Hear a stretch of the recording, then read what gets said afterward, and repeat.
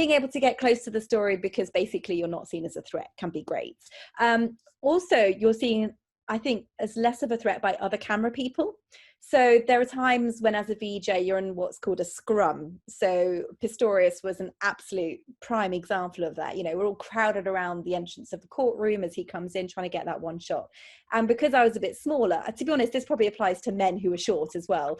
They kind of let me go in front because I wasn't blocking their way, and I sort of squeezed in and actually got great shots because they just let me go ahead of them, which was really nice.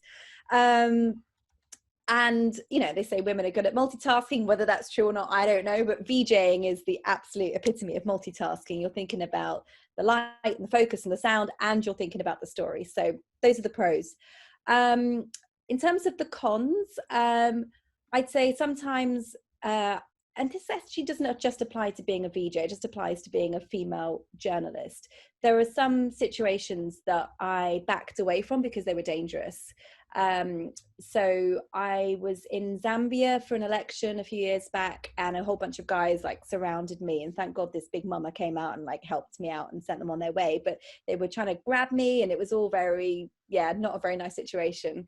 So I guess if I was a young male in that situation, I might feel a bit more macho about it, but at the time I just wanted to get out of there. So the danger aspect is one big drawback. And also there's a lot of heavy gear to carry. So as a video journalist, you're carrying not just a camera, but a tripod, sometimes a set of lights. Quite often in South Africa, I was doing live. So I'd carry a live U-pack, which is like a big heavy backpack on my back. Occasionally, I'd even be carrying like a huge satellite thing, like when I was working in Malawi, because there was no Wi-Fi, so I had to use a sat phone.